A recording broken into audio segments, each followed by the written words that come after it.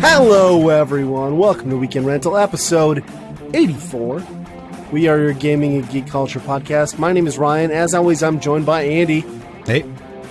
And Nate. Hola, amigos. I appreciate everyone sticking around after episode 83. It was a bit rough. Stories get weird. But we move on. And I don't think we speaking of moving on, let's move on to topics. There's been so much gaming. Things have happened. There's a new console or two right around the corner. But you know what? Before we move into that, 2020 has taken yet another dark and dastardly turn. That's right. COVID. The political race. We thought it couldn't get worse. I'm sorry, listeners and fans, but Steve has been announced as a playable character in Minecraft. And Smash Brothers. I'm sorry.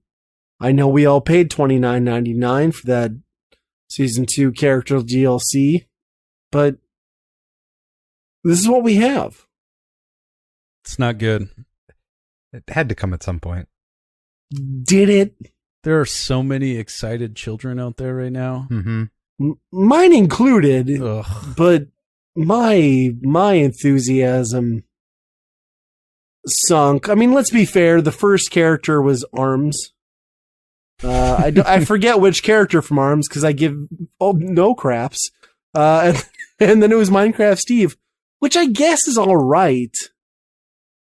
But couldn't we have just gotten Master Chief if we're gonna just really double down on the Halo, Microsoft, Nintendo, Rare ecosystem? He made more sense after Banjo-Kazooie, did he not? Yeah, probably. Is there anybody? Well, I guess Star Fox characters have guns, right? Because that would be Halo. It's like the gun. Sure. You got Samus too. You got right. And I guess Halo. I mean, he's got a plasma gun. It's not really a bullet gun for the most part, right? Yeah, he's got a sword too. Yeah. They seem to like Fire Emblem and swords. You can't have too many sword characters apparently in Smash. That's fine. Now it's just a pixelated block man that looks terrible.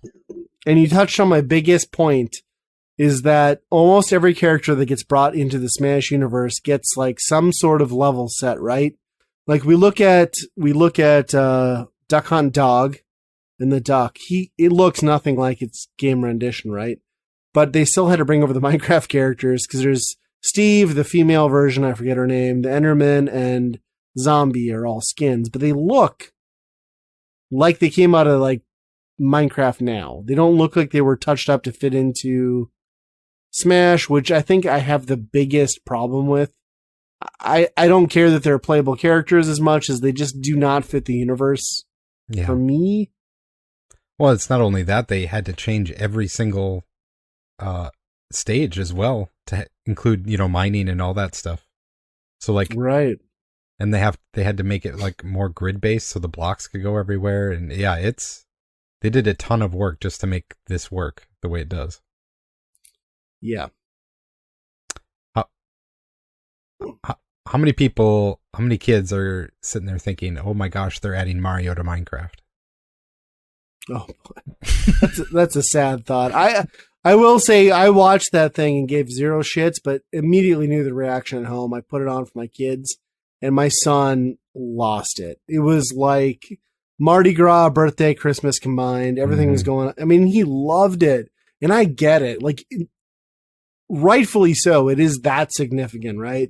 Like it's Nintendo and Minecraft, like these two juggernauts, like playing nice, but I just can't help but feel like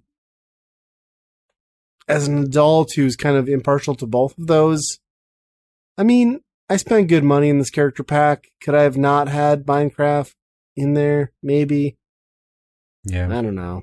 I'd give him credit though. I mean, they're not just making him come with the sword, and just fight everybody with the sword or the pickaxe or whatever. Yeah. There's a lot of other like stuff that's game related inside going on. Yeah. No, I agree.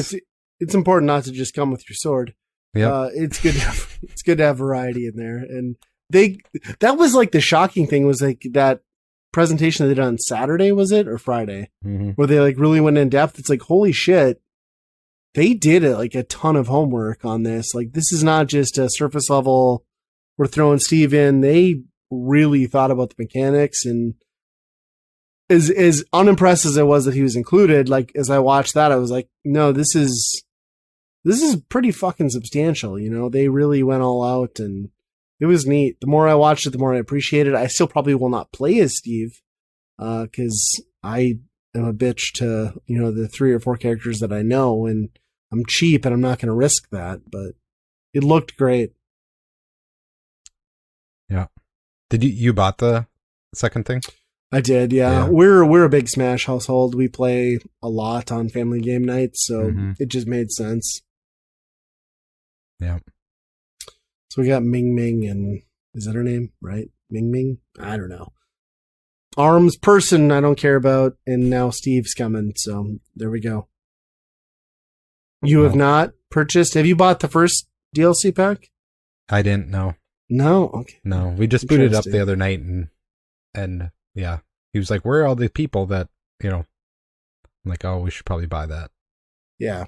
Well, that's my thing is like, I love Smash. It's a great family game, and like, we're so invested into it. I might as well just, this is probably the last hurrah, right? Like maybe they'll release something physically later, but I just want to have all of it. Yeah. They'll make Ultimate so it has all the people in there without the DLC. Smash. Yeah, it's a good name. $59.99. Yep. Sounds about right. No. $79. New console gen. Oh yeah. $79.99. Be on the Pro. Yeah. Yeah, that's the rumor, right? A new Switch next year? I mean, supposedly. We'll see. I feel like that's been the rumor for about 18 months, so. Speaking of Switch, I jumped into the world of Mario 35. Yeah. And, you know, first off, I think we went on a rant about this last podcast. It's so sad when you have a fun game. I do like Mario 35. I'll preface it all. But you have a fun game that you really enjoy, the family's really enjoying, and they're like, oh, we're so glad that you're enjoying this. It's going away in April of 2021.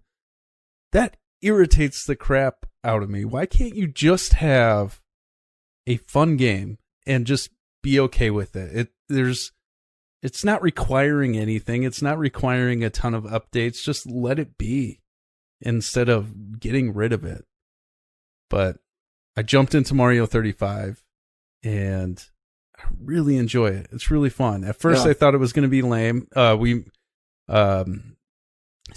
at Replay Games kind of got us started on it, and I played one round of it and thought, well, it's free. I'll give it another go at home. And I just found myself sitting down, and an hour and a half goes by of me just for sure playing level 1-1 over and over and over again. But number one strategy funny in the game, though. It's so good to loop 1-1. It's the best, and it's just so fun, and the unpredictability of just what people are dumping on you it's hilarious. Like you're I know what's going to happen next in this level, and all of a sudden flying fish and squids are everywhere, and someone dropped 3 Bowsers on you, and you're like, oh my gosh. And I just find myself laughing at how over the top and ridiculous it is. But I've been really addicted to that. But the baseline strategy to that is just like being someone who understands the game, understands the physics, and just taking your time, right? Right. Like once you've taken the time to curate your 400 coin count for the clock, because you can die clock or enemy death or pits or whatever. Like, it's really not that, like, it's kind of a chill game for us who are NES kids, right? Yeah, if you grew up in the NES, this is not, like, just relax. Like, you're gonna be top 5, and then if you chill, play through, you might take your lumps, but you're probably gonna get a victory more often than not. And I just, like, I laugh watching my son play because he doesn't know where the power-ups are. He doesn't know where the super hidden, like, blocks are. And, like, dude, hit that. you gotta, no, stop. You gotta get that. Like, jump on the turtle, use the turtle to get the combo, because the combo's gonna get you more time. And like, him not understanding it is hilarious. And I was listening to, the Bombcast today, and like, Ben Pack was on there, and he was just like, complaining about how like, well, yeah, I played Mario, but like, I didn't know all the secrets, and it's unfair that I have to look up a wiki. And it's like, dude, fuck you and your millennial ass. This game's existed for 35 years. If you don't want to take the time to learn the heritage, that's not our problem.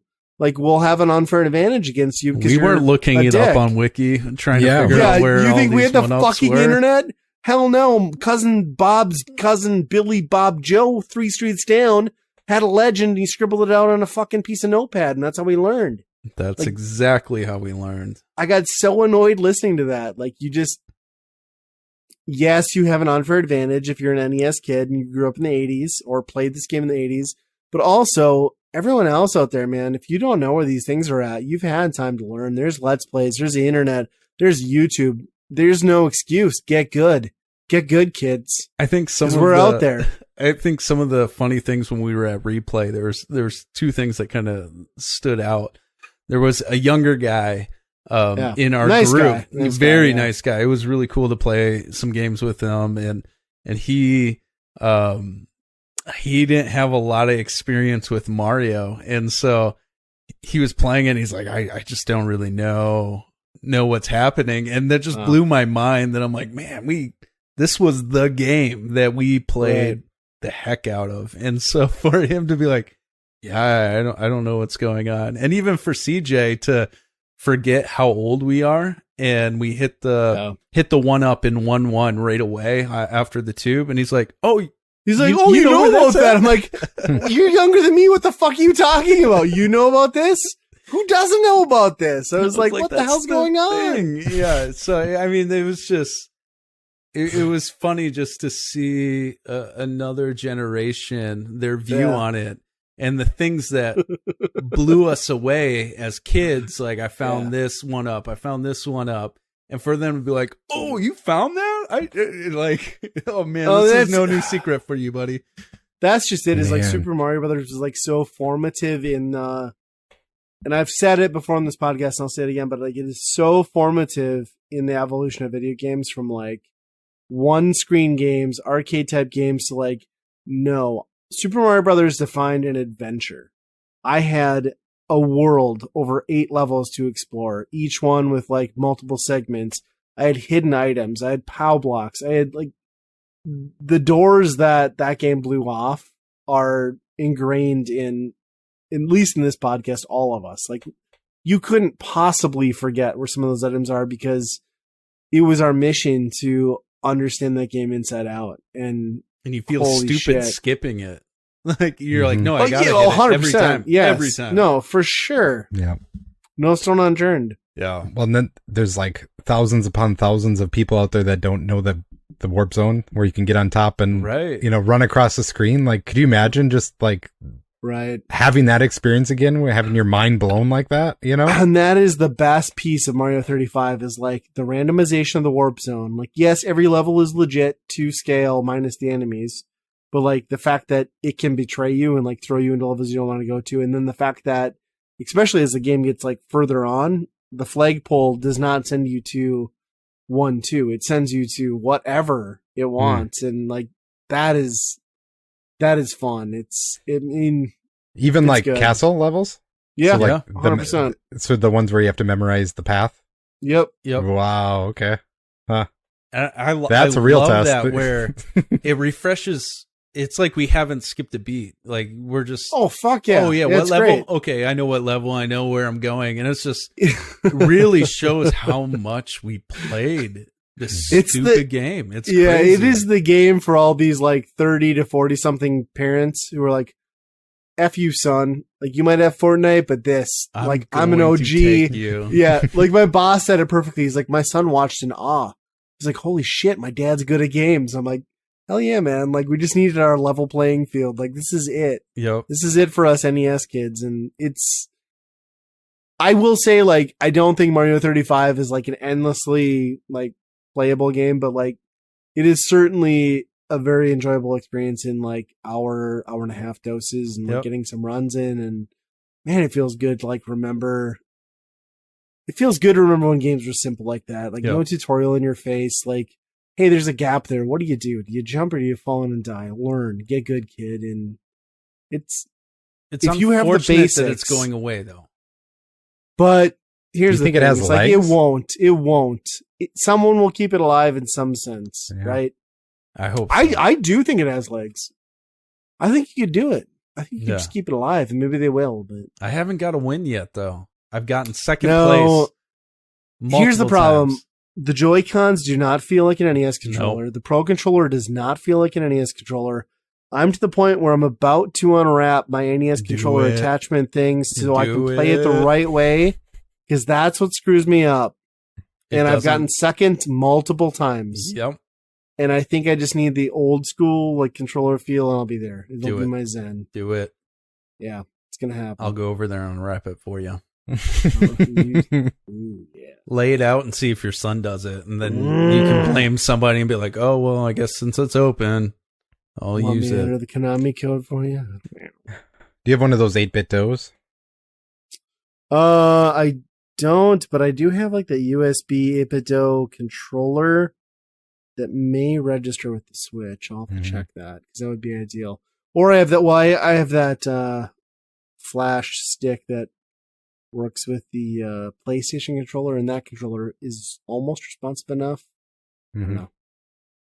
I'm not trying to make excuses. I could get better, but I think I could get a lot of W's. I've been watching a lot of Craig Skit's live streams, and I think he and I and some of us in this podcast are like, we're destined to be champions. That guy wins like 90% of the time, and he grew up about the same time we did. So just got to practice. I think we have it in us. We just got to not psych ourselves out. So yeah, this is an actual game that my wife will sit down and watch me play, and she's like, I don't want to play, but like it's just funny, all the new stuff in what's familiar, and that's the great. bloopers and the flying fish always throw me off, like every time. Right.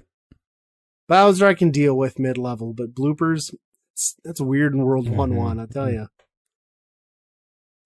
Yeah. I feel like we're showing our age on that one. But we are, but it's great. It's so good.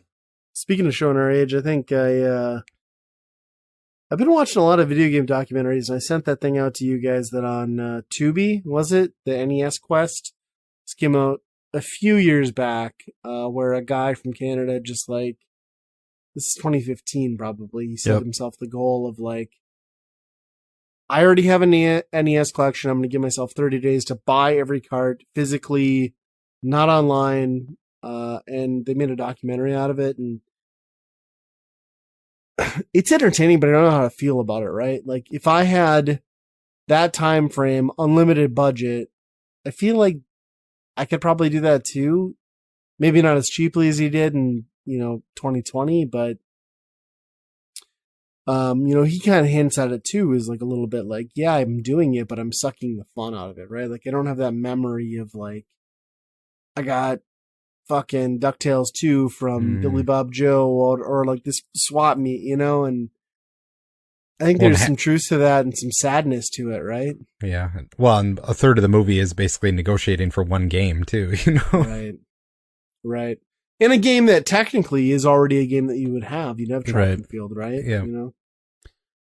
I thought it was interesting with this documentary that there was that point that he was buying certain things, and then I think it's just because of the repetition that he was doing it, and in the time frame, he was like, I just feel dirty. Like I don't feel like I paid too much for it, but I just needed it.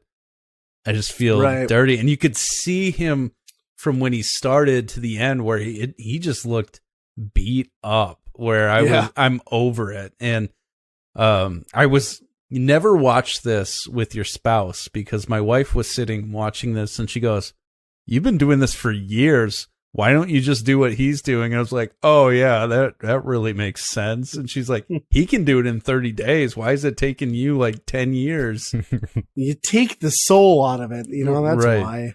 Well, and then the whole time you're watching it from 5 years ago, and he's like, I don't know, 5,000 for what's the rare version? I'm spacing it out now. Stadium events. Stadium events. It's like, I don't know, 5,000's a lot, and you're like, do it, motherfucker! Yeah. And like, Buy it's a $20,000 game. Like, just buy it. And even little Samson and like the prices he was paying back then, you're just like, dude, if you had only done it, and he did, I guess, towards the end, but. I mean, I would love to know what his starting budget was, just to get a better idea of, 20,000 at least, right?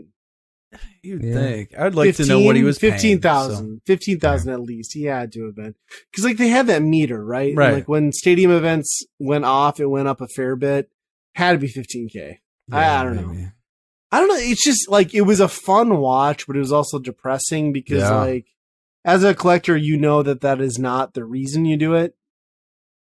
If we collected because we wanted to just own everything, it would be a money game, and that wouldn't be fun. That's not. You do it because of nostalgia. You do it because of love for it. You love the hunt. You love the thrill. And it was a cool documentary, but I don't know.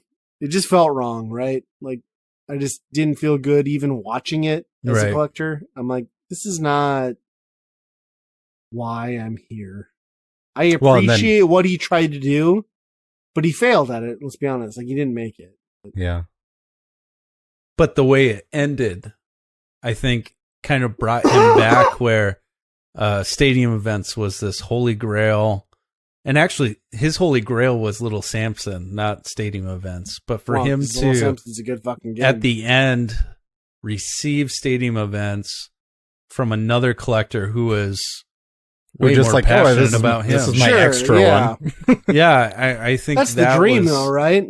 That kind of renewed it. Like, those are some of the memories that he's always going to remember how he got that cart. Yeah. And, we have that as collectors. I know there are specific games that I have received from Andy and Ryan that, I got a piece of crap Palisade game from Ryan where the label is ripped off. And I'm like, you know what? Palamedes. Yeah, Palamedes. And it's like, I got this from a what was it? But it's from Ian Ferguson of the CU podcast. You have the better copy than I do, story-wise. I mean, objectively, no, but... Right, but I mean, it's okay. Yeah, I love a pristine collection, but this is one I'm always going 100%. to have because I know where I got it from and how the story I got it from. And yeah, you feel kind of dirty watching all this drama unfold, and it just almost sucks it out of you, where we've been through, what was it, 2 years ago when we did MGC, we did our own event, and we did just a number of events in a row. We felt gross after it, and it took us a long time to even get out of that funk of, collecting and just being overly inundated with all the stuff and finding stuff and paying too much for stuff and whatever, that when we got out of it, we didn't even want to really talk to each other, for a while, and then also buy a game or even look at a game, and just they were piled up in a corner for months. Or Ryan, you're probably still piled up. Yeah, I mean, 100%. Like, it's an interesting concept. It's an interesting deadline.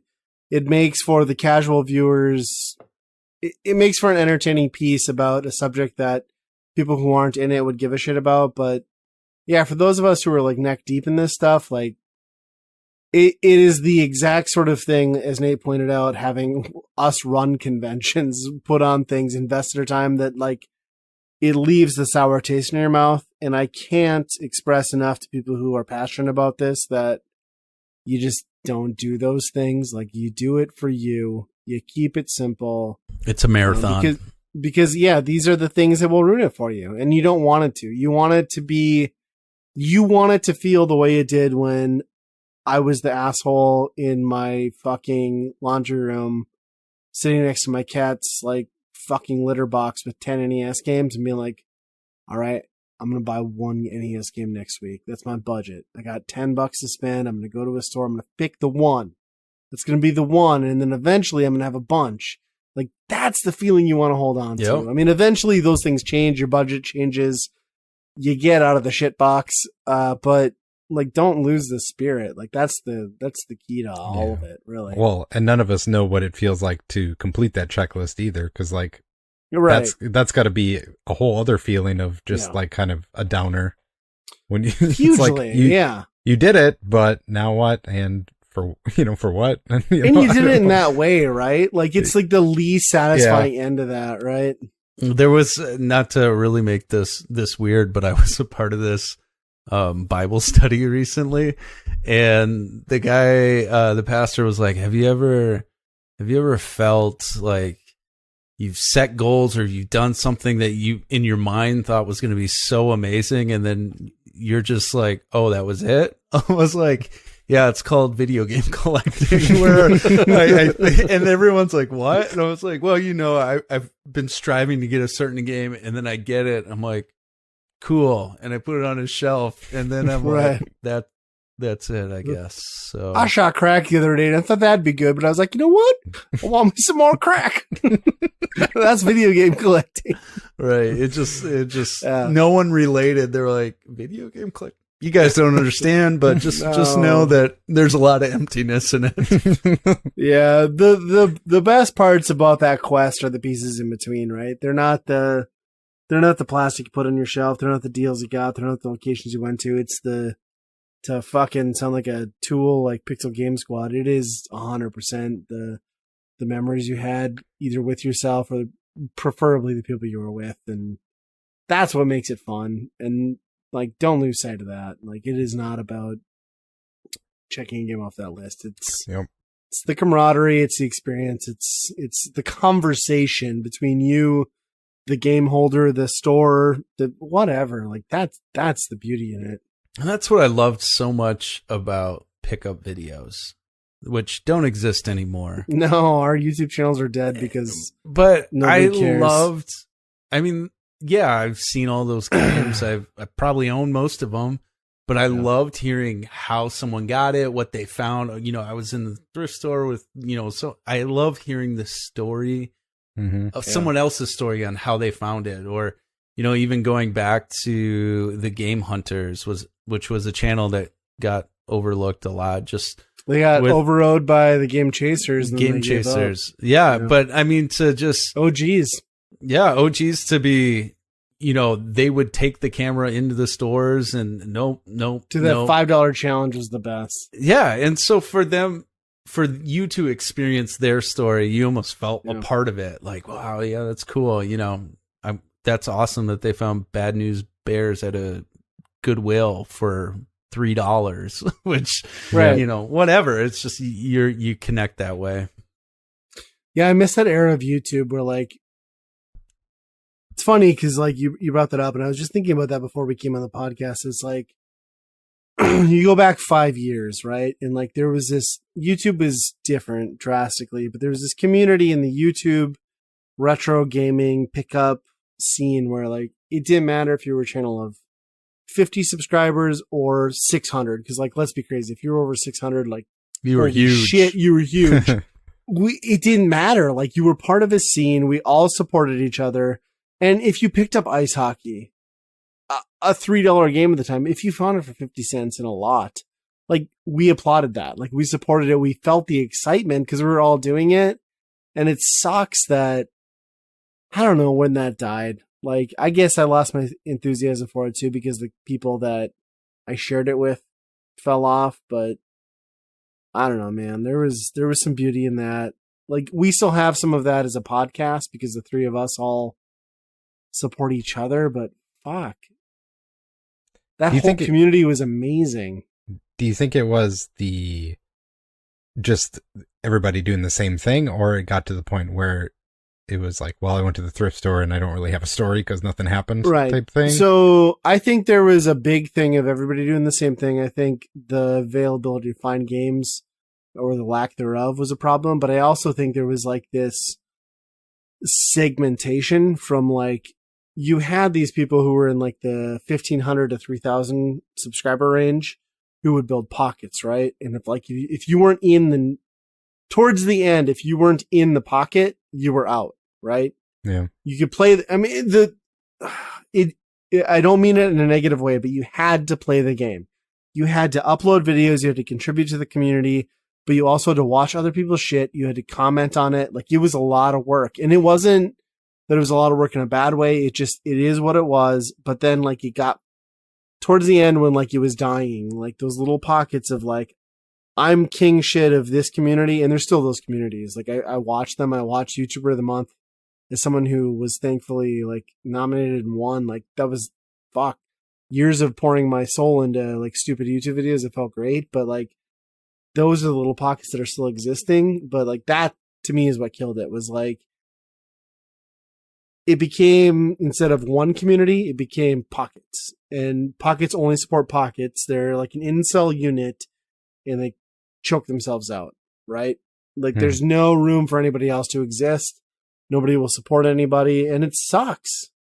Yeah, Like, and also, you know, the pickups, I think, shifted a little bit. Yeah, there was lack of product, you know, to find, games to find. But then it also became whose balls are bigger, you know, where where it's like, I found this $1,500 game and I paid $2,000 for it. You know what I mean? Yeah. And so it came down to dollars and cents, and I got, you know, it got dirty feeling where then you're like, man, they're paying up for stuff and that's fine. Again, if that's, you know, I've spent $200 on Jetsons for the NES. I remember the story behind it though, and why I bought it, and where I was at when I bought it, and who was with me. Yes, I paid up for something, but when you're just paying up to have content, it's, I don't know, it just feels dirty. It's not right. And that was one of the first things I cut out, because like, when I started doing videos and pickup videos, like, that was like the thing in the scene. Like you mentioned, the Game Hunters, the Game Chasers, NES, what was the Pixel Game Squad before? I forget. Pursuit.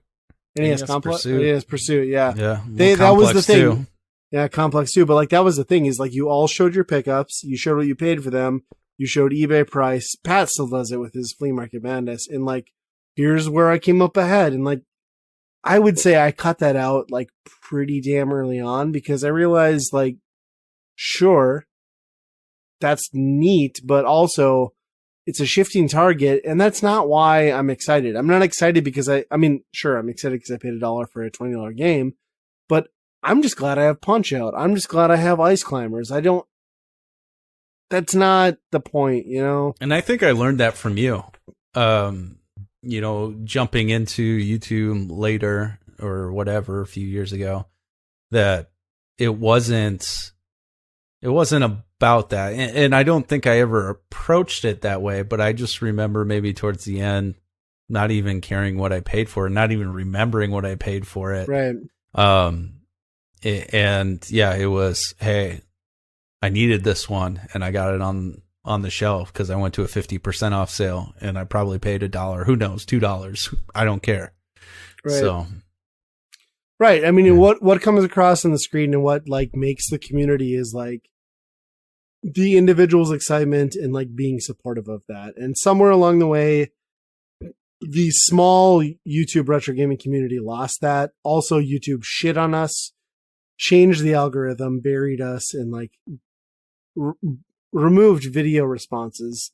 Huge blow to community. Buried upload notifications. I mean, there's just so many things, but I can say that like, even though I'm not part of like those new uploads and that community, because I think it's fractured and gone. Some of my best contacts, my best conversations when I go to gaming conventions with those people that I've known for years, you know, and that's this group included. That's Nintendo Hodge, that's Second Breakfast, that's Guys, Games, and Beer. That's what we did it for, and what we all love and what we all connect on has not changed. It's just the way we're interacting, the frequency of it that has, and it's unfortunate that, you know, the platform choked that out to some extent, but we're all still here. We also love it.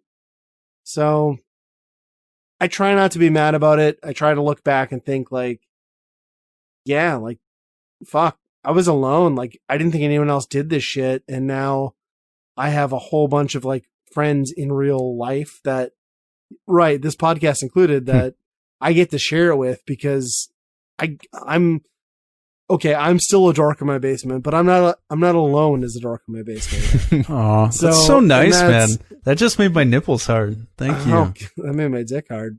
Whoa. Yeah, later. Yeah. I mean, I don't know what that is, but Oh yeah, but I would love that community to like have a resurgence in the pickup video, and like, God, that was fun. It was Bring a it fun back. ride, you bring know. And it like, back.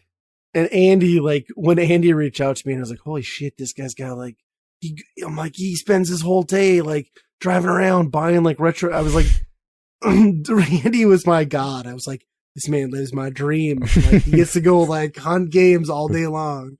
Like I just like that level of like basic awesomeness and appreciation for our hobby. Like I genuinely miss, but Yeah, you know. but it's interesting because that's like you were saying that you weren't there for the I only paid $1 thing, right. you know, and that's what I got into it. Like the content that I was making, it was very much like that, you know, and it's I still appreciate games, and I still love having the good games, and I'll keep a lot of them around. But it's just interesting, like if you went back to that, there's people like me, and then there's people like you. Like, which one do you satisfy? You know, like Right. do you do Right. both? You're like, holy crap, he saved 40 Yeah. bucks. Yeah, But on the other hand, Andy, like to your credit, like as a human being, there is no one like you, because you were so unselfish that like, even though you're running a business to make a profit on this stuff, like when you saw people like Nate and I where like we had a goal and it wasn't about the dollar amount, like you didn't fuck us. Like you were like, dude, I paid $2 for this. Like if you want it and you need it for collection, it's $2, right? Like nobody does that. Like that, Right. you well, were like yeah, the nicest fucking dude. Like you're the best drug dealer that we've ever had for retro well, games. that's, Like that's you do it the first few times, and then you get him hooked. yeah, that's true. Actually, Those I arcade one-ups are going remember to cost us. one of the first times that I met you, it was in the mall parking lot where I bought a GameCube off of you, I In a think. blizzard, I was there. And Yeah, it was so cheap. And I was like, hey, dude, I really appreciate that. And you were like, yeah, you'll get hooked eventually, and you'll come back when you need some stuff. And I was like, oh, this guy's for real. So he's got some drug dealing habits. So yeah, it was pretty awesome. Next week I'll have more 1-ups for you, and they're $300 a pop. So right. pump it straight to my veins. Oh my gosh. Yeah. But yeah, I mean, I don't know how we got on that subject, but that's just nostalgic. Kind of miss that stuff. I mean, that's what we do, right? Like we're a nostalgia podcast. Like this is Right. nostalgia for a nearly bygone era, which is sad. And yeah. how do you ever bring it back? You know, you had to. You're right. I mean, it fractured, right? But there's pockets. Like I feel like Weekend Rental keeps it alive. I feel like Guys Games of Beer keeps it alive. That community is dead, but like again, like some of those people that I named and like dozens and dozens more, like I'll always have that connection. Yeah. Pocket Rocket Radio. I mean, fuck, we're all like bros as far as I'm concerned. Like we never met, a lot of us in certain cases, but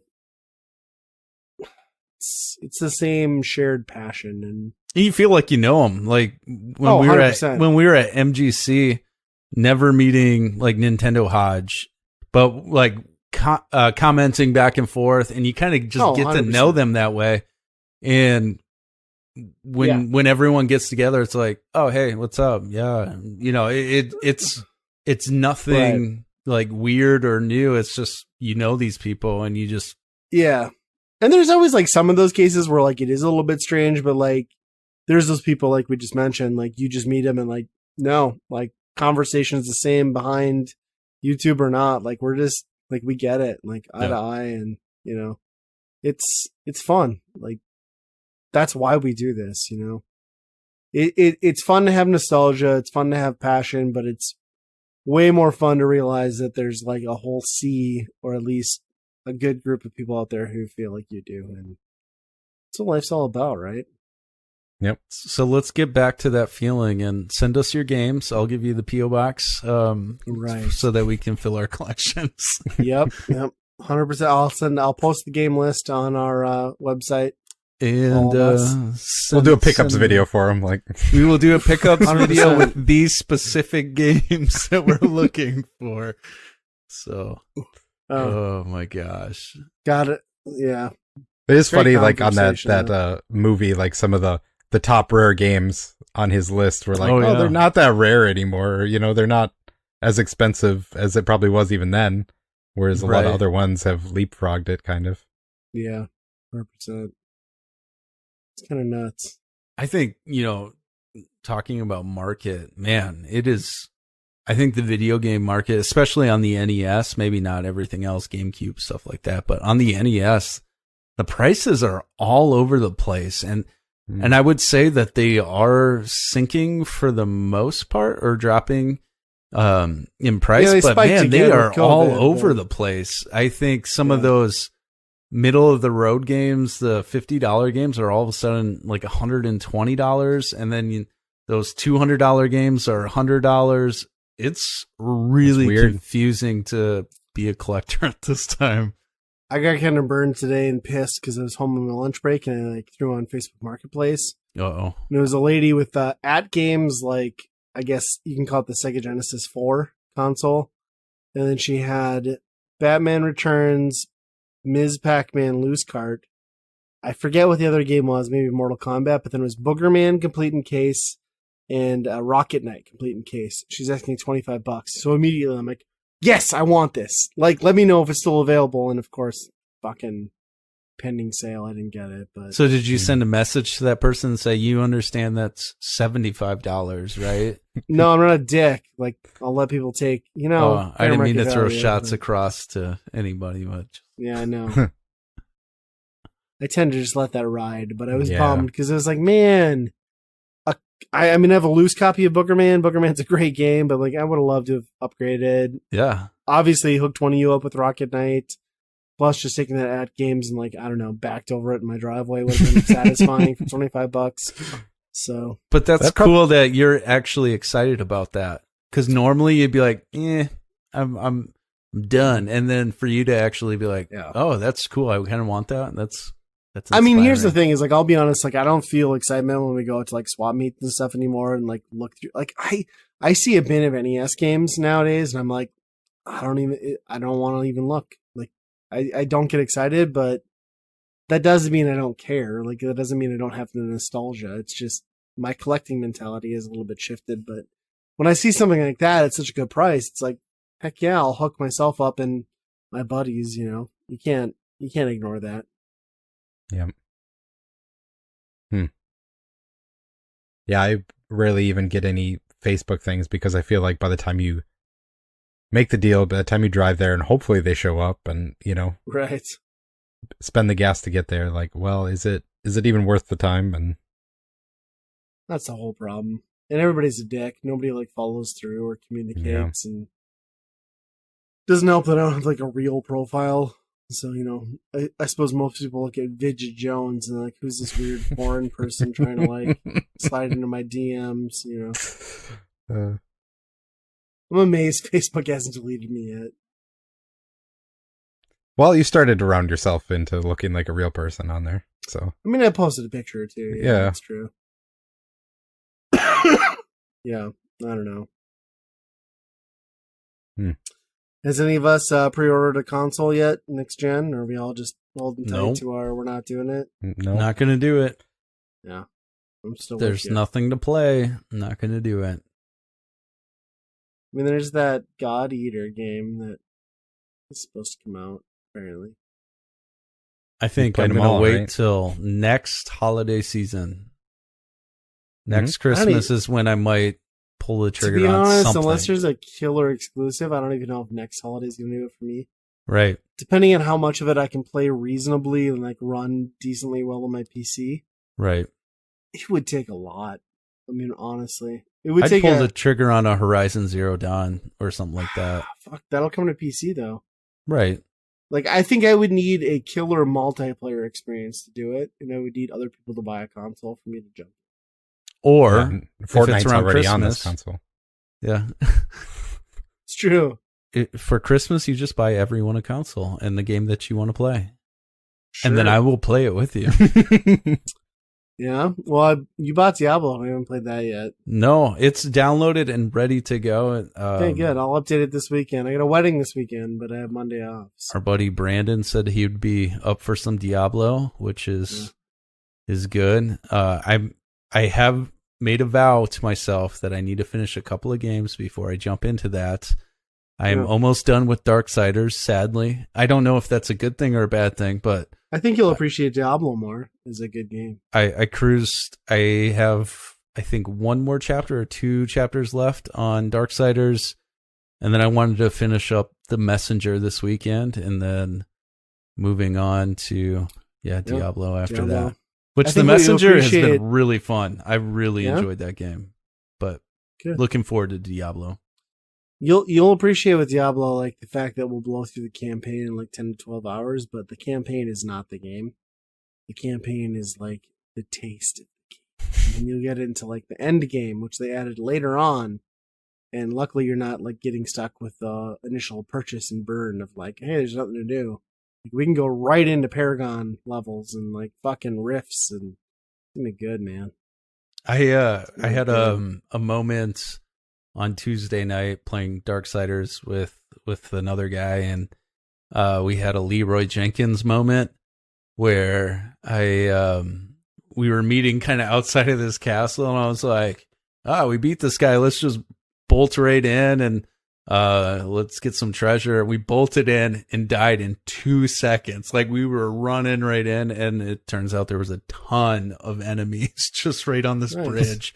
So it was Leroy Jenkins. So if you guys remember that video. I just learned that was fake. Like that was scripted. Yeah, it was a scripted comedy thing. Yep. What? No. Yeah. That ruins Don't tell me everything. I didn't hear that. La la la la la la la la la la la. I have used that phrase so much on many games. Leroy Jenkins. Oh, for sure. Dang it. You ruined that, Andy. You should have just kept your mouth shut. Yeah. I fixed a spreadsheet for someone at work this week, and they responded through instant messaging, "Thanks, Blue!" exclamation point. And I was like, I don't know if I should be glad, because it's like, you're my boy Blue from old school, or the fact that the guy was 90 and they're referring to me as Blue. And I was like, no problem, but I'm not sure how to take this. Old Blue. I mean, I get like we're relatively the same age, so I'm gonna go with like I'm the boy, I guess, but also kind of insulted. Not sure. Yeah. Work life problems.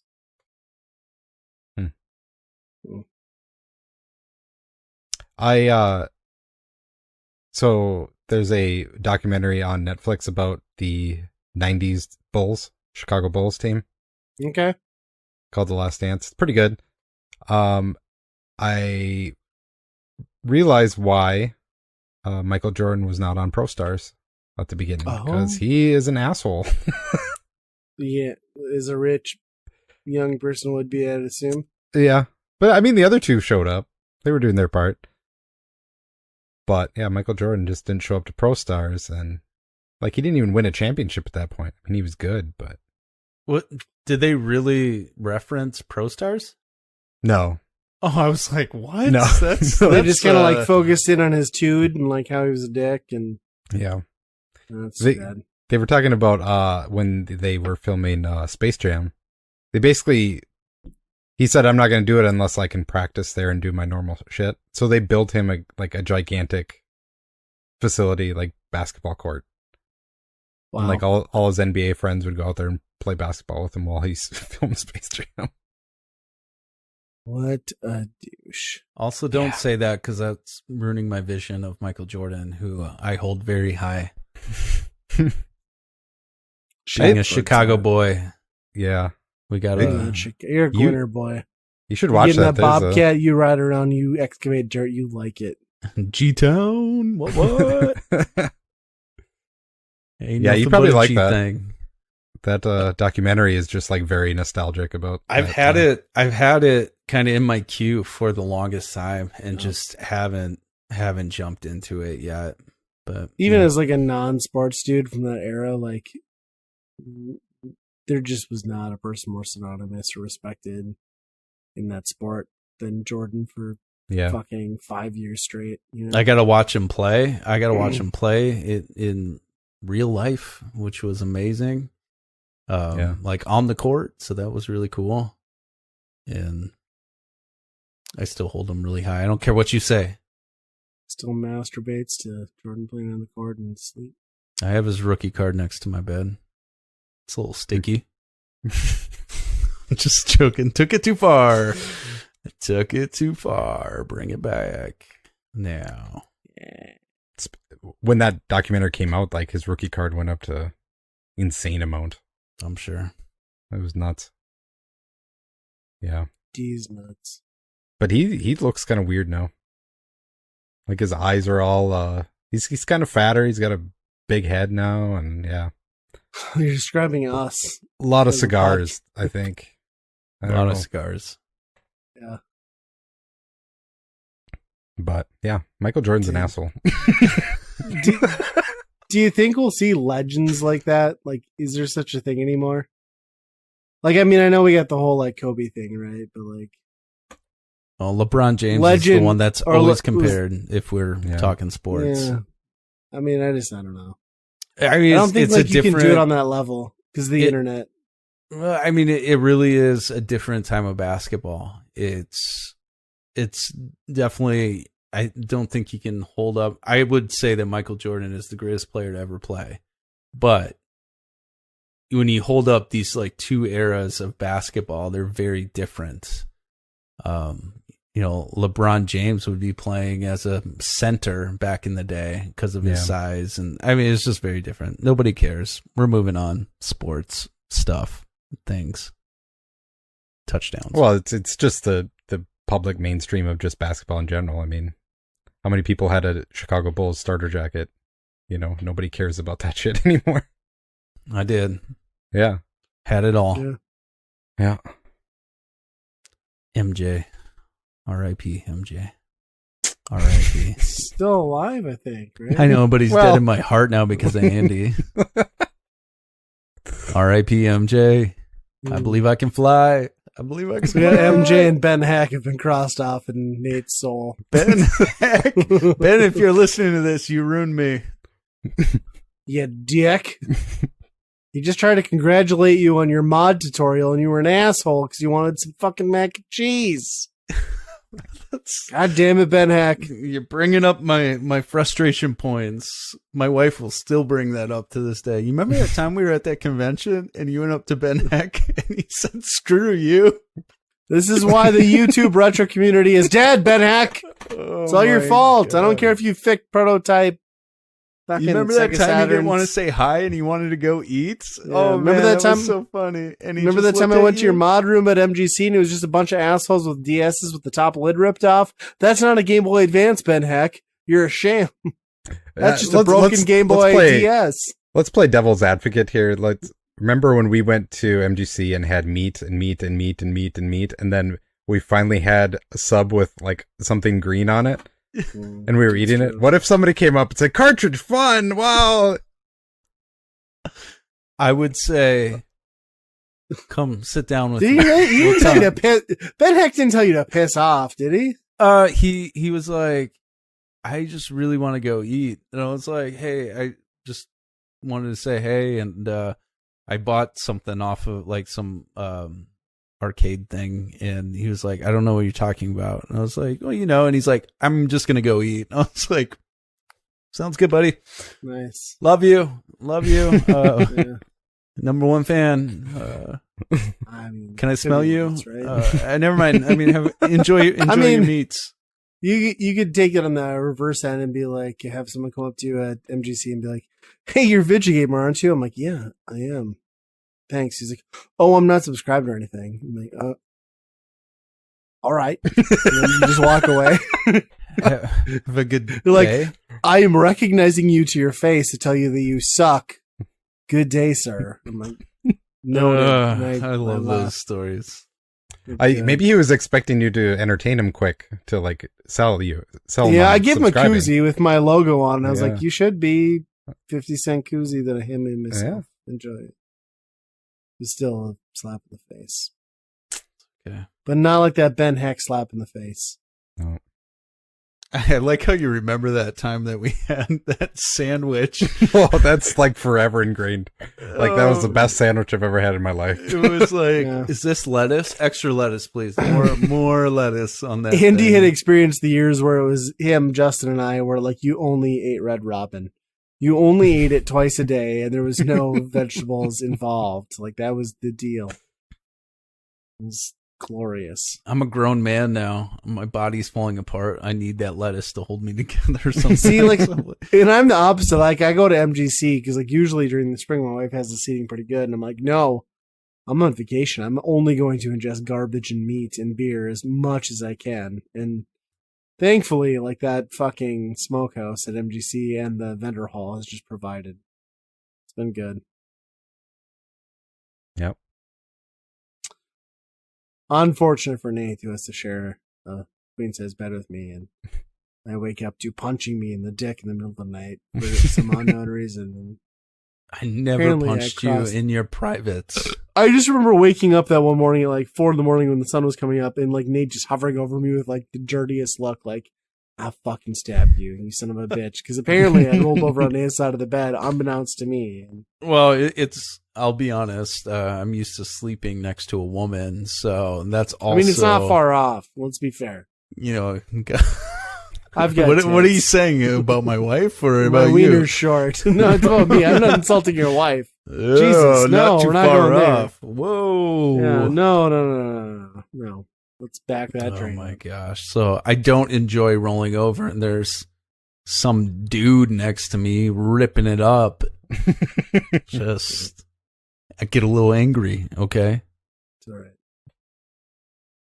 Which I feel like at this point I should send the picture. It's been a while since I've sent the picture. No, don't. That's not. It's an inside joke, everyone, but you know, We should moving on. make a Madison Twitter is bot that just tweets it out filthy- every day. Madison's a filthy city, everybody. Guys.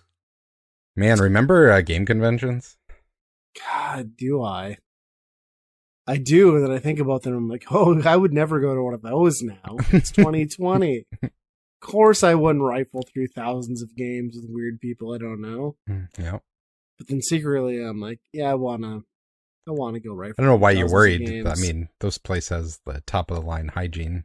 Well, and we've And all cleanliness. learned, thanks to our fucking fearless leader, that the COVID's not a problem. Thanks to the medical availabilities under the Trump administration, that I'm sure everyone gets, not just the fucking president of the United States. We're all fine in 3 days. So, it's not like the president gets special treatment or anything. We're all good. COVID's not a problem. Wow, you really brought the politics in. Vote Biden. Yeah, I don't know. I just don't feel like conventions are probably coming back. I don't know. Do you think? First half of next year? Do you think MGC has a chance? I think it's gonna be don't tough. think so. I don't think so. I don't know how you even pull it off. The first one to do it, how do you pull it off, Unless it's like someplace crazy that just doesn't, it's just reckless with it. Yeah. I'm concerned because I think MGC has to come back to survive, and I don't want it to die, and I want to support it, but God, I don't know what the attendance would be even. Like, let's say there's a vaccine in March. Like, do you think if they held it in June, the attendance would be even half of what it was? I don't know. Yeah. That's a good question. Like, if there's a limited availability of the vaccine, does just everything flip on again? Probably not, right? Right. I don't know. I really want to go. I really want to support it. I really want to be there. I want to see my friends, but shit's still like, if you'd have told me in March of this year that we'd still be like talking about it like this, I'd be like, what the hell you're crazy. July, we're done, right? Like summer happened. We're fine. I'm pretty sure there's an I guess episode where not. we couldn't believe that they postponed or they canceled Portland. Yeah, Portland. Speaking of episodes, did you guys watch either of you catch the pandemic episode of South Park? Nope. Oh my god, that was like so spot on. Like, of course, South Park is spot on with like the tone of the country and COVID, and like it was a Randy episode. Like basically, Randy went overseas and like was hanging out with Mickey Mouse and like fucking bats and like fucking orangutans and like all sorts of animals, and like he truly believed that like his like incest and bestiality with other animals was like the source of COVID. So then, like, he's got a weed business because it's legal in Colorado to like sell pot. So he's like jerking off onto weed and like selling it to people as the pandemic special and like trying to cure them. And God, it was like so on the nose as far as South Park. And then they're like, finally, like we've pinpointed it. Here's the culprit. Here's this animal we've brought back from China this is victim number one. And then like Trump jumps in and just like blowtorches it. And the guy holding it to death, and then the end of the episode. And that's the end of it. That's about right. Yeah. And then Trump was played by Mr. Garrison, which is perfect. Wow. Huh. It was pretty funny. I laughed a lot. And then they locked down the school, not because there was COVID, but the cops during the height of COVID shot Token. He's not Caucasian. And then they're like, the kids are like, no, we're not locked down because of COVID. We're locked down because you shot Token. They're like, yes, because of COVID. It's just like the dumbest thing. Oh, gosh. God. South Park just nailed it. I laughed my ass off. All right, friends. We appreciate you. We know that you appreciate us because that's how you get through the week, right? We need emails. We're still waiting for emails. I think we're 80 some episodes in. I need an email. Do we have any, guys? 84 is the count. Or Twitters. We'll take them tweets too.